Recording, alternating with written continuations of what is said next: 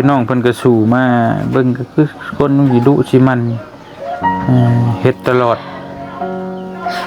คือสิบ่ได้พักบ่ได้พักเลยบ่ทางอ้ายบ่มานี่บ่ได้พักบ่ไปเฮ็ดเวียกตลอดบ่เนาะโดยไปเฮ็ดหยังแหน่แต่ละมื้อเสียหน้าไปรับจ้างบ่เมื่อยบ่ไปคุมื้อเมื่อยอยู่คือบ่พักแน่กันน่ะพักผมไม่มีสติอันตันใจอยู่ต้องมีแนวคิดในใจอยู่แหละบ่เตียงว่าบ่ยังบ่ได้คิดไปคิดมาอยากให้เนาะนี่แหละ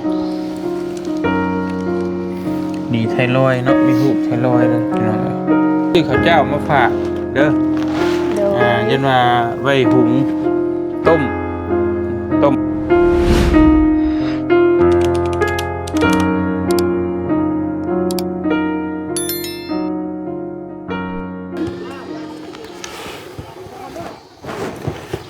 พี่น้องกราบทักทายสบายดีพ่อแม่พี่น้องเบอร์สุขุสู่คน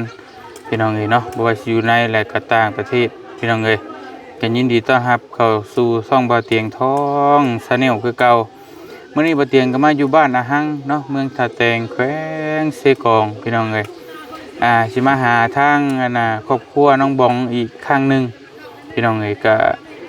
น้องบองนี่ก็เป็นบุคคลที่ว่าแบกรับภาระหาเลี้ยงครอบเลี้ยงครัวพี่น้องก็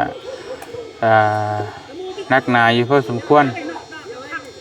กับป่วยพ่อกับบ่ค่อยสบายแม่กับป่วยนะพี่น้องเดือดแต่เล่ากับอ้ายทางบ่เตียงนี่ก็ได้เข้ามาหาเพิ่นหลายเทื่อแล้วพี่น้องเนาะในรอบนี้ก็บ่เตียงไปเอายามาให้เพิ่นยานี่ก็ทั้งน้องบองเพิ่นนี่สั่งมาพี่น้องเพิ่นสั่งเอาเพิ่นว่าหลายคนกินแล้วมันดีมันคล้ายๆเป็นสมุนไพรนี่สั่งมาให้เอื้อยเพิ่นกินเอื้อยเพิ่นเป็นไทรอยด์เป็นพิษบ่ฮู้ว่าสิแน่แหละพี่น้องบ่เตียงไปเอาให้เนาะแล้วก็จ่ายเงินเรียบร้อย 490,000 กีบปุกเดียวมีกระปุกเดียวประมาณ 6-700 บาทพุ่นน่ะพี่น้องเนาะเติบหนึ่งอยู่ไปได้เข้าไปหาน้องเพิ่นเลยเพื่อบ่เป็นการเสียเวลาบ่เตียงซื้อหมักสวกเสเวอร์มาฝากเพิ่นแล้วก็ข้าวปุ้นแล้วก็ปลาเนาะแล้วก็บางนัดหมากนี่พี่น้องโอ้ยตุ๊บไปแล้วก็ข้าวพี่น้องเห็นเนาะข้าวเจ้าบ่เตียงชื่อข้าวเจ้ามาให้น้องเพิ่นพอได้หุงกินพี่น้องเพราะว่าเพิ่นกินข้าวเหนียวมันกินยากนะพี่น้องเนาะก็เลยซื้อข้าวเจ้ามาให้น้องเพิ่นเลยเอาหิวอันนั้นก็ได้เด้อบ่าวนุ่งหลงป่าบ่ลุงบ่บ่าวนุ่งหลงทางมานำกัน3คนเบาตูนกับเบากูเพิ่นยังอยู่บ้านน้องน้อยคำผ้าพุ่นน่ะพี่น้องไปขึ้นไปแล้วล่ะอยู่เฮือนอยู่บ่น้องบองอยู่เฮือนอยู่บ่โดยโอ้ยเฮ็ดหยังอยู่กินข้าวอีกแล้วห่วยมายามใดกินแต่ข้าวคือสิมีเหือมีแห้งอยู่แล้วซั่นน่ะกินข้าวกับหยังฮะกินข้าวเปียกโอ้สบายดีเด้อน้องเด้อสบายดี FC ก่อนสบายดีผู้ใหญ่ใจบุญเด้อสบายดี FC ฟังไทยฟังลาวหรือว่าต่างประเทศหรือในบ้านก็สบายดีเมื่อสุคนเด้อโอ้เป็นนะบาดนี่บ่เป็นในบ้านเขาก็เบิ่งว่าจะไปเบิ่งนิสัยมาเบิ่งเป็นบอกเป็นหวานเบิ่งใช้มากเอาเอิ้นหมู่นึกว่ากินข้าวก็ได้แซ่บบ่แซ่บอยู่ว้าไปสิเช้าแล้วกินข้าวแซ่บแล้วบัดนี้ กินบ่ปลาอันชื่อหยังก่อนนะ ชื่อบวน บวนซาบวน บองบวนตัวโบคือกันดิ ซาบองซาบอง โดย บวนบอง บวนบอง เห็นมาแล้วมากินปิ้งปลาดุกเมื่อวานนี่ซื้อปลาดุกปิ้งปลาดุกกินบะโดยเอากินโดยกินในลายใช่ไหมมีแห้ง มีแห้ง ได้กินยาบำรุงได้กินข้าวแซ่บนี่เห็น บ่เคยกินข้าวเลยได้ เห็นบ่ไอ้บ่แล้วบานนี่สิเช่าไปแล้วบานนี่โธ่พุ่นตักใส่พี่น้องเอ้ย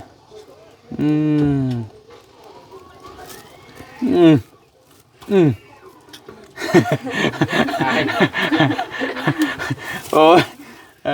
เอาบ่เว้าแล้วกินแล้วเอาบ่เว้าแล้วกิน กินเลย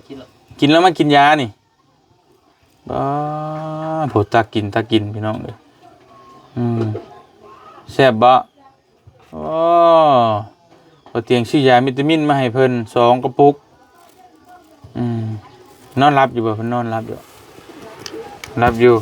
โทษได้น้องเด้อนี่ไม่นี่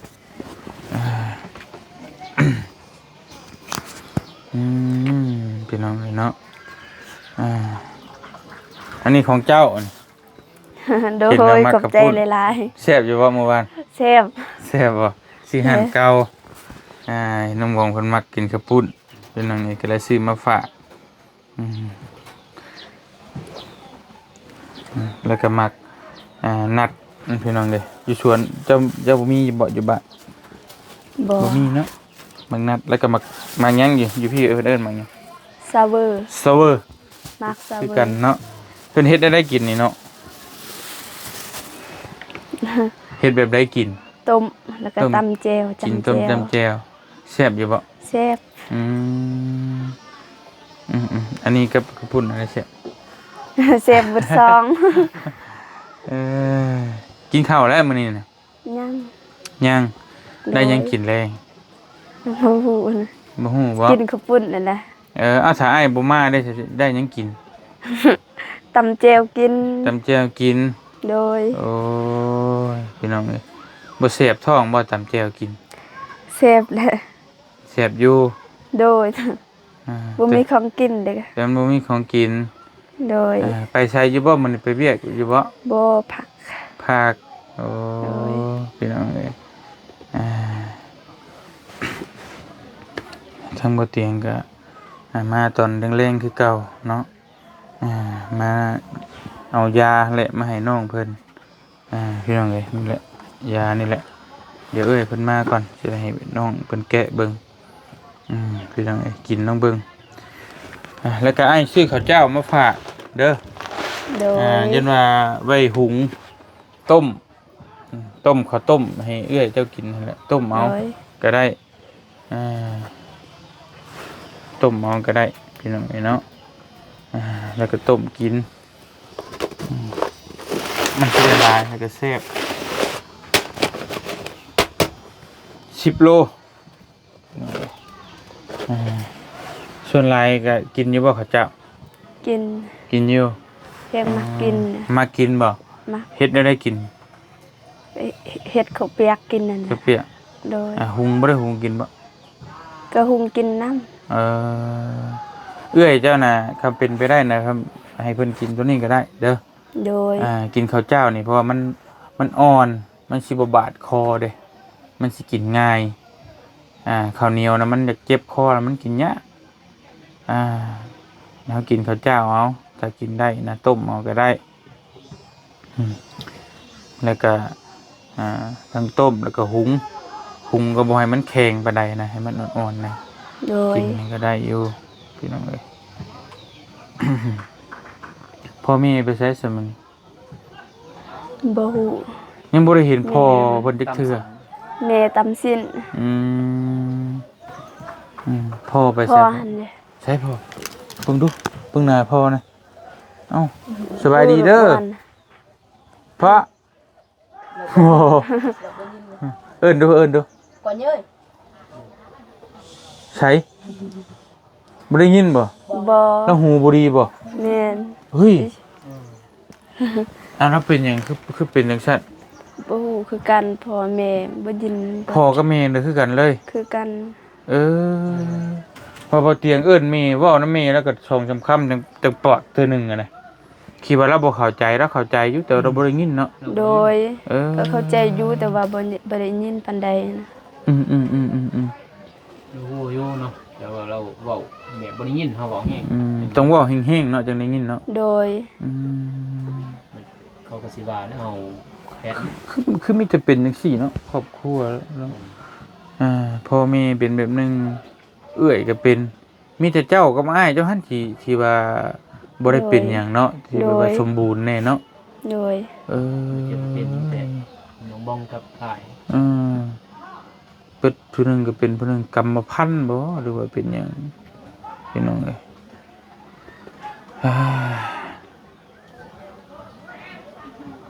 ถึงบ่เตียงกัน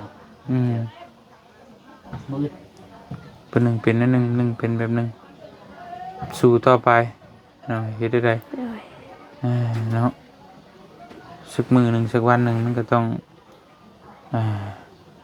ดีกว่านี้นั่นแหละเฮ็ดได้ซั่นน่ะเราเกิดหม่องที่มันเป็นอันนี้แล้วเด้เฮาก็เฮ็ดสั่งสมบุญไว้บัดเพื่ออนาคตจะได้เกิดหม่องดีๆกว่านี้ ตอนนึงเนาะต่อพ่อต่อแม่ดีสุดแล้วเดี๋ยวพ่อเลี้ยงแม่ กตัญญูฮู้บุญคุณได้บุญที่สุดแล้วเลี้ยงพ่อเลี้ยงแม่บ่ปะบ่ทิ่มเพิ่นเพราะเพิ่นให้กำเนิดเฮาเด้เพิ่นเป็นผู้มีพระคุณที่สุดแล้วมีหยังก็บ่ปะบ่ทิ่มเพิ่นเด้อ โดย อย่างเช่นแต่ทิ่มแล้วส่วนหลายอายว่าพอหยังฮู้อะบ่ฮู้ อ้ายหมู่บ่ทุกข์แน่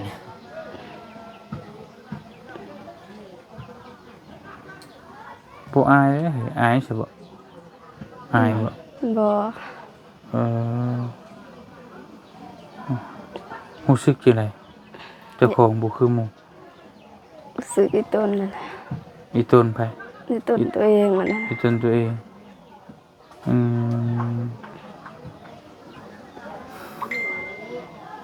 เจ้าของสู้อยู่แต่มันบ่ได้เนาะ โดย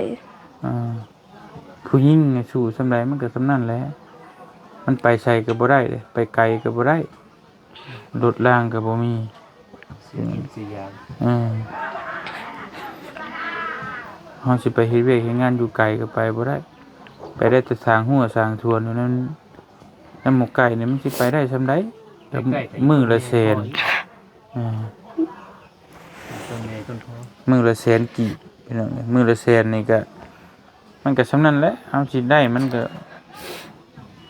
มันบ่พอสิเฮ็ดให้ร่ำให้รวยยอด มีกลุ่มจิ้มอยู่ดีนะระวังดอก คือน้องเพิ่นก็สู้มาเบิ่งก็คือคนสิดุสิมันเฮ็ดตลอด คือสิบริภาค บ่ได้พักเลยบ่ถ้าอ้ายบ่มานี่บ่ได้พักบ่ไปเฮ็ดเวียกตลอดบ่เนาะ โดย ไปเฮ็ดหยังนี้แต่ละมื้อ เสียหน้าไปรับจ้าง บ่เมื่อยบ่ไปกูมื้อ จะเมื่อยอยู่ คือบ่พักแน่ซั่นน่ะ ภาคถึงไม่มีสติเนาะ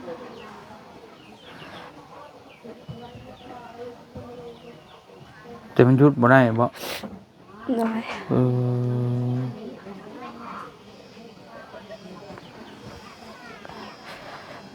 จักสิว่าใดบ่เตียงก็อีต้นพี่น้องเนาะมายามใดก็ได้ คือสิมีคนมาบ้านเนาะ อันตันใจอยู่เลยต้องมีแนวคิดในใจอยู่แหละบ่เตียงว่าเนาะคนเฮาน่ะ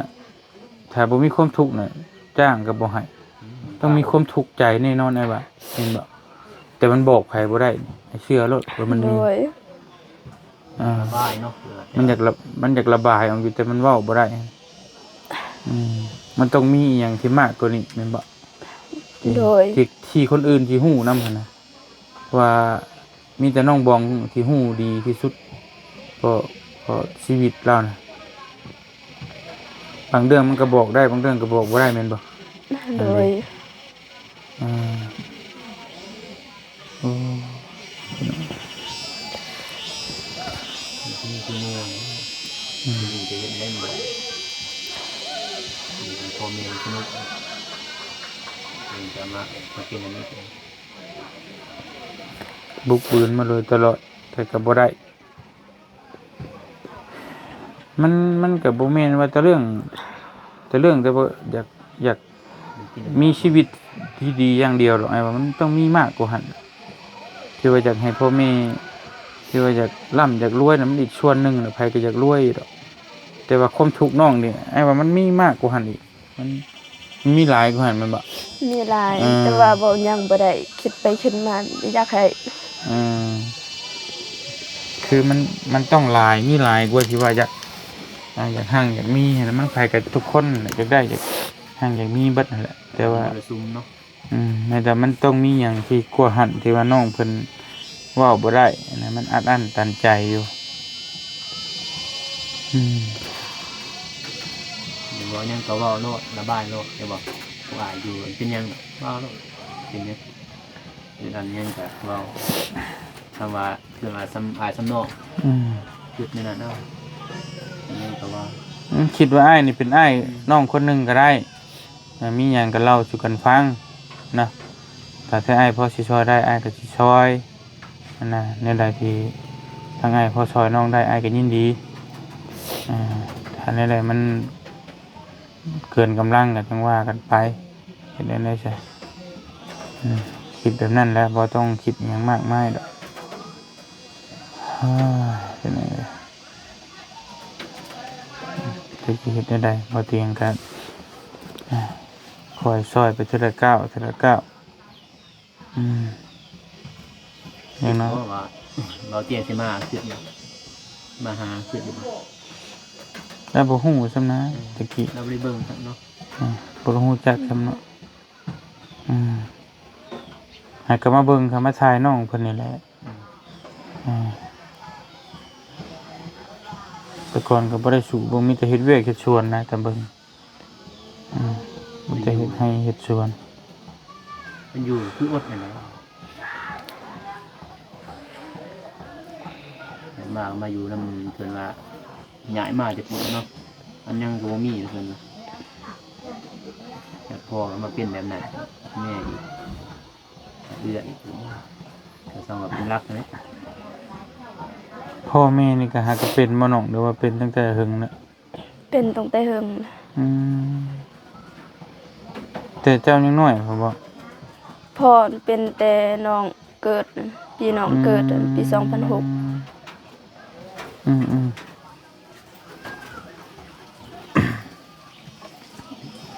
เป็นมาเลยบัดนี้ติ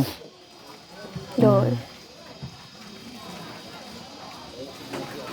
มีแล้วก็จ้อยสิมาตั้งแต่ใดบ่ดูว่าจังได๋ แม่ก็จอยแต่ดุนนะ จอยแต่ยังอยู่เมืองกะลึมพุ่นอยู่ผู้ดอย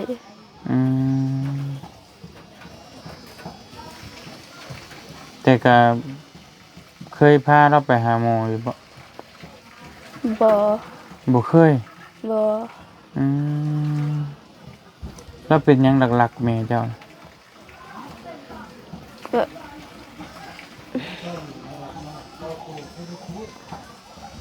บ่อยากสิเล่าปานใดนะ มันเป็นนักอีหลีบ่เป็นหลายอย่างอีหลีบ่ มีหลายนะ บ่ลำเมื่อยบ่หรือเราเจ็บบ่หรือว่าจังได๋เห็นแล้วจ้อยๆจังได๋บ่ฮู้ มีหลายนั่นน่ะ บ่ได้ยินปานใดอีก เจ็บแนวนี้แล้วนั่นอีกเจ็บกระเพาะ เป็นประดงอีก กินข้าวกับบ่ได้นะ ได้อยู่แต่ว่ากินเรื่องอันนั้นเรื่องของหวานหั่นกินบ่ค่อยได้มันเป็นกระเพาะ มีแต่กินข้าวเจ้าตัวนี้ได้เด้อ โดย แต่ว่าแม่จะเป็นกระเพาะกินข้าวเจ้า ดีที่สุดแล้วทั้งที่อ้ายเองก็เป็นคือกันกินข้าวเจ้านะมัน มันจะบ่เจ็บกระเพาะมันจะเบิ่งแย่งเพิ่นไปแล้วเฮ็ดได้ซั่นซอยกันพี่น้องเอ้ยแม่เฮาเลี้ยงเฮามาแต่ใหญ่เฮาก็เลี้ยงเพิ่นนั่นแหละเฮ็ดได้ไรใส่ล่ะอันนั้นเด้ย กินข้าวหรือบ่บวน อิ่มแล้วออกมา กิ กิ นสายดู จังหน่อยเด้อ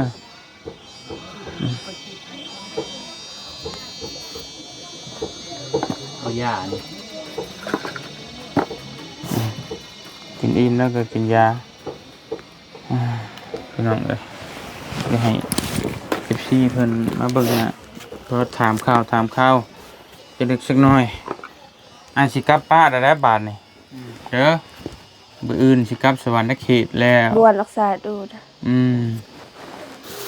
ปืนอาสิกลับสวรรค์เขตป้าแล้ว มีแต่เบานุ่งเบาเจ็บเบาตูนนั่นแหละเบาปูได้เพิ่นมาเยี่ยมเด้อให้มื้ออื่นให้สิเมื่อสวรรค์เมื่อบ้านแล้วอีกโดนอยู่เพื่ออ้ายสิลงมาแต่มีหยังอยากให้อ้ายช่วยเหลือก็โทรหาก็ได้ทางเบอร์อ้ายหั่นแต่อ้ายสิโทรมาหาบอกเพิ่น โดย ทางเบานุ่งอันนี้ก็หมู่อ้าย โดย อยู่ท่าแตงนี่แหละให้เจ้าแก้เองอันนี้ยาอ้ายไปเอามาให้ เอามีดเนี่ย นะให้แก้นะ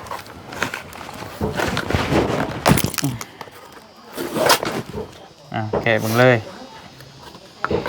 เราสร้างเองเป็นอย่างนี้เนาะนี่เด้ปาโธมีแต่ภาษาอังกฤษยาต่างประเทศผมบ่อ่านบ่เป็นเนาะพี่น้องมันกันเลยเดี๋ยวมีตัวไทยอยู่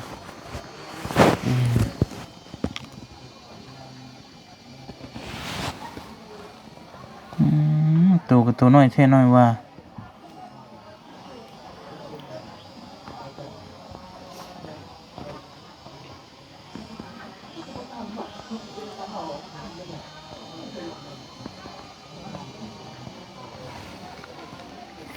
ดีไทรอยด์เนาะมีหูไทรอยด์เลยพี่น้องเอ้ยน้องได้ถามเพิ่นอยู่บ่ ถาม วิธีกินนะถามแล้ว กินเสาแรง กินเช้าเร่งหลังอาหารบ่ โดย ไอ้แกะเลยเด้อแกะมันเด้อ โดย แกะมันไปพี่น้องเอ้ยอยากฮู้ว่าเม็ดมันเป็นจังได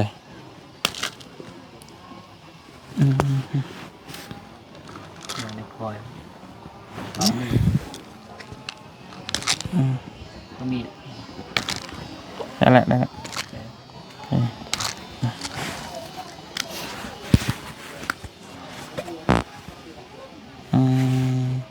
จังมีจังเม็ดอันนี้มาเนาะน้องแบมือเด้อแบมือเฮ้ยพี่น้องเอ้ยเม็ดประมาณนี้เป็นยาสมุนไพรนะน้องได้ถามเพิ่นอยู่บ่ว่าประมาณกินประมาณจักอันจังสิพอจะสิดี กิน2 กล่อง 3 กล่อง วัน 2-3 กล่อง คันกิน3 กล่องเซาเลยเพิ่นว่า แต่ว่ายังบ่ทันฮู้คันกิน1 กล่องแค่แน่อยู่ กินเบิดนี่ก็คันมันดีก็ฮู้แล้ว มันอาจจะบ่เจ็บแล้วมันจะดีขึ้น โดย แล้วเราก็ต้องสั่งมากินอีก แค่แน่หน่อยนึง เอาไว้ให้อันน่ะ เข้าอันนั้นข้อซื้อ มัน700 บาท400,000ไปกินเบิ่งเด้อเนาะ นี่นะ แล้วก็ยาวิตามินก็คือตัวอ้ายซื้อมาให้ถ้ามันเบิดก็ไปซื้อมาให้เอ้ยกินเด้ออยู่ท่าแตงเงินที่อ้ายมอบมาให้นั่นแหละมันช่วยเพิ่นกินข้าวแซ่บนอนหลับจังก็สิได้มีเหือมีแฮง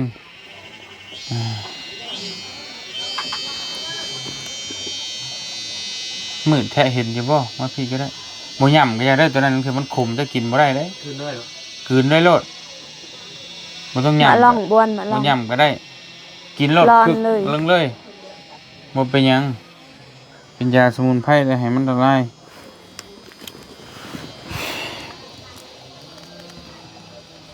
ยังชาสะอาดเลยดู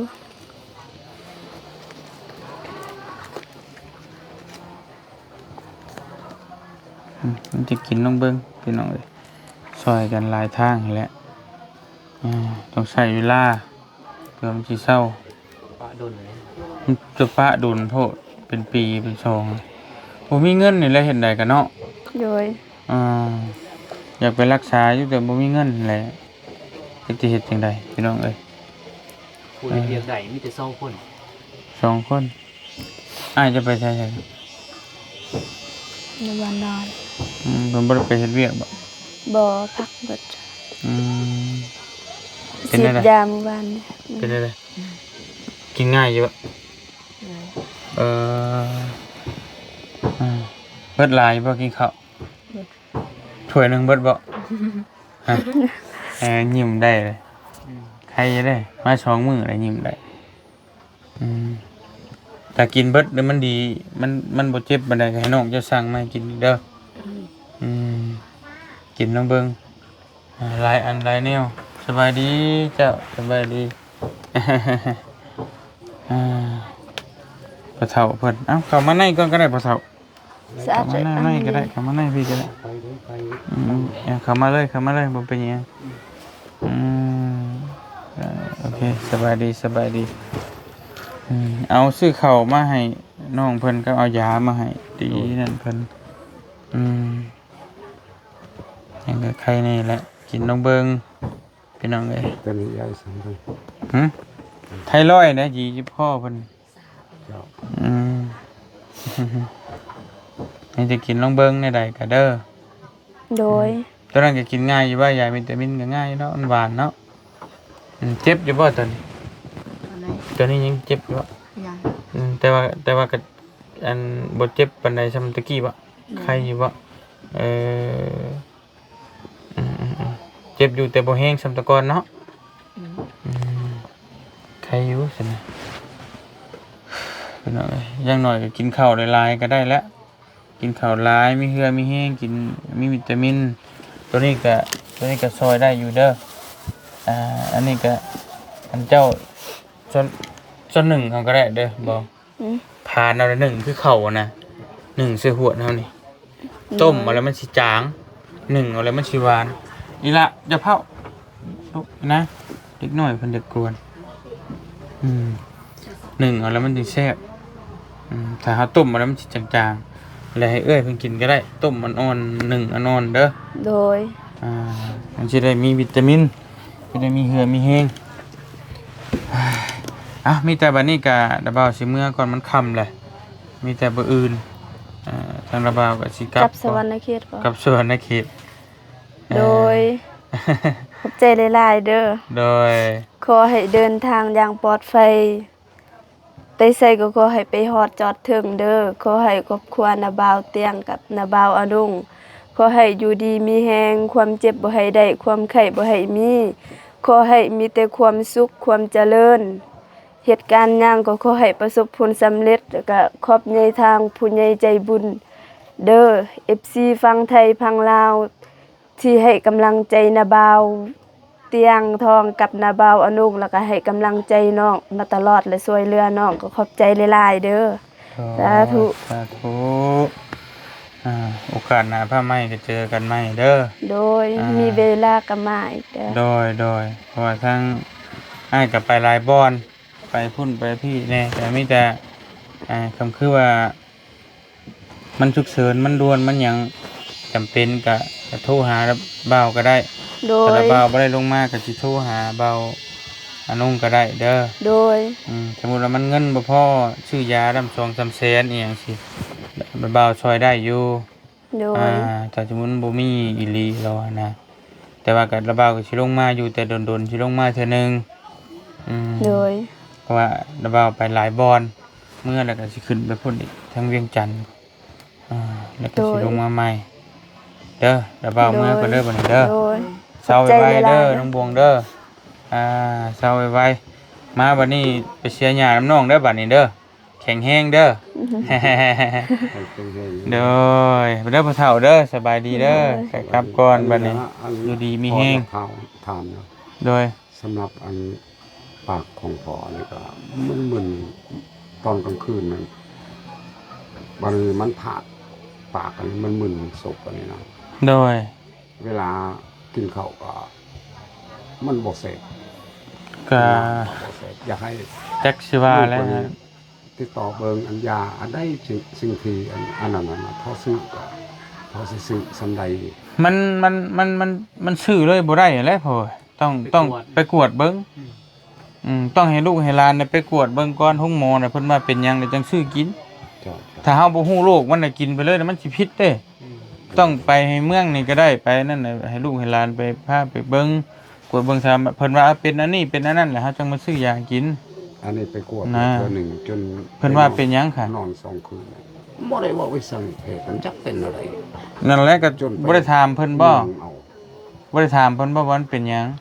บ่ นั่นแหละเจ้าต้องถามเพิ่นบัดนี้ เพื่อนอะไรอย่าง โดยพอเฮาซื้อมากินเลยบ่ได้เฮาก็บ่กล้าเอาให้เจ้ากินนั่นคือกินแล้วมันเป็นนั่นเป็นนี่แล้วเฮาก็ย่านคือกัน บ่ได้เขาใส่น้ำมันนี่จนมันออกเหือก เลยนั่นแหละกับบอกกับเจ้าต้องเข้าใจว่าเจ้าต้องเข้าใจว่าเจ้าน่ะอายุก็หลายแล้ว เนื้อหนังมันก็บ่คือเด็กน้อยไปซี่แต่ผิวมันก็โอเคนะแต่มันต้องช้ำต้องดำเป็นธรรมดา มีแต่เอาเป็นว่าเดี๋ยวเฮาสิซอกถามเบิ่งเด้อถ้ามันเป็นได้ใดก็สิอันนั้นเติม มีแต่อันนั้นก็เฮาบ่อยากซื้อมาปานใดเพราะว่าถ้าฮู้โรคก่อนก็ใครไปกวดเบิ่ง กุกลีนมันเบิ่ง โดย บัดนี้ตอนเช้าอันเอาเวรนั้นเอง มันขาวมันออกขาวแถวอันลีนนี่นะ โดยมีแต่ไปให้เขาเบิ่งหั่นแหละเพิ่นให้เพิ่นวางยามาให้กินเนาะ ลูกร้านไปเบิ่งก่อนเราเป็นหูแล้วนะจังว่าซื้อได้ ไปเด้อพ่อเฒ่าเด้อนั่นเด้อโดยกลับกันเด้อดาเด้อ บ่มีหยังให้เด้อ โอ้ยบ่เป็นหยังบ่เป็นหยังโดยสู้ๆเด้อน้องเด้อ โดยขอบใจ สู้ๆเป็นกำลังใจให้ ไม่ให้อ้ายนะโอเคไปพักผ่อนเด้อโดยอีหล่ะไปโดยไปเดินทางกลับก่อนเบาเอ้าบ่เป็นหยังอยู่นำกันก็ได้ดอก พี่น้องเอ้ยบ่าวตูนบ่าวโกไปท่านโกกลับก่อนค่ำแล้วโอ้ยพี่น้องเอ้ยไปมีแต่บ่าวเตียงก็ขอตัวเดินทางกลับก่อนมันค่ำแล้วบัดนี้เนาะไปพักไปผ่อนมื้ออื่นตื่นมาก็จังว่ากันเดินทางกลับแล้วมื้ออื่นก็ได้พี่น้องเอ้ยจังได๋ก็ขอบมุกขอบใจหลายพ่อแม่พี่น้องที่ให้กำลังใจโดยตลอดมาขอบมุกขอบใจทีมงานเราใต้ที่เนาะต้อนรับเป็นอย่างดีแล้วก็ฮักแข้งโดยตลอดมาพี่น้องเอ้ยสำหรับคลิปนี้พอเตียงขอตัวจบคลิปไปเพียงเท่านี้ก่อนเด้ออยู่ดีมีแฮงเบิดสุขทุกคนสบายดีมื้ออื่นเจอกันใหม่พี่น้องเอ้ยบ๊ายบาย